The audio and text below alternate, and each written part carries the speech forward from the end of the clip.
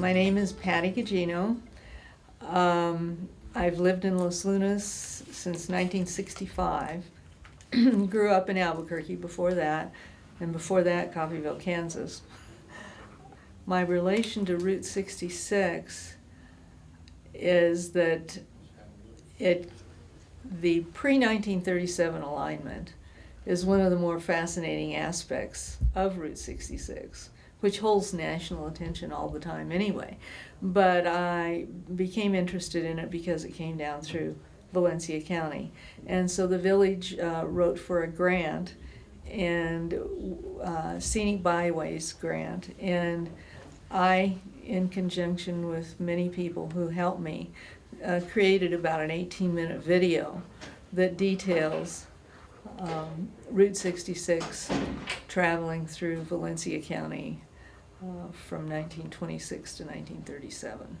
You know, hours of work because, you know, write the script and then it has to be videoed, and the village was, of course, very supportive, and Los Lunas Main Street used to look a lot like what Tondry Road looks like now. I don't know if you're familiar with it or not. It comes off of 314, and it has the trees that grow up over in a canopy. And when we moved here in '65, that's the way Main Street still was. Had the cottonwood trees.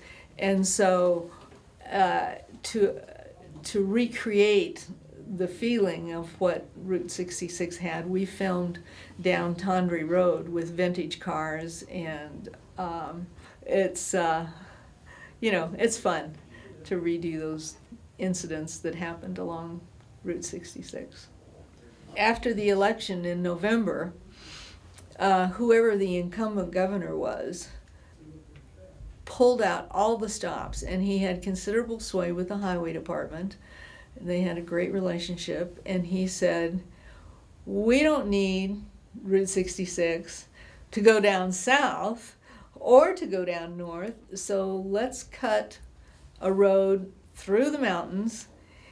And they did it from November till January, and it was like an incredible undertaking because they had to uproot trees, and the snow was 3 feet deep, but the highway department was very well aligned with the then governor, and so they just pulled out all the stops, and we had this immediate cut straight into Albuquerque.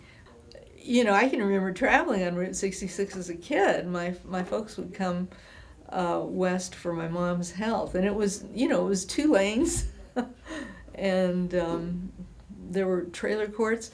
There was, in fact, the building where the Route 66 Museum is going to be located was one of it was Jesus Gallego's home, and in front of his white home that he and his children constructed was his gas station.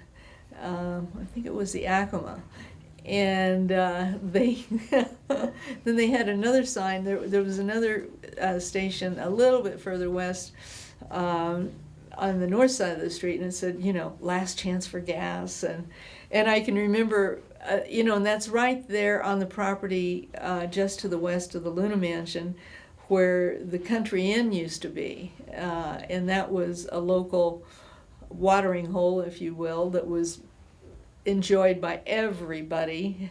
And so all of those buildings are, you know, very historical. Even the Solomon Luna High School building was constructed in 27 or 28, and it's, what, a half a block off of Route 66.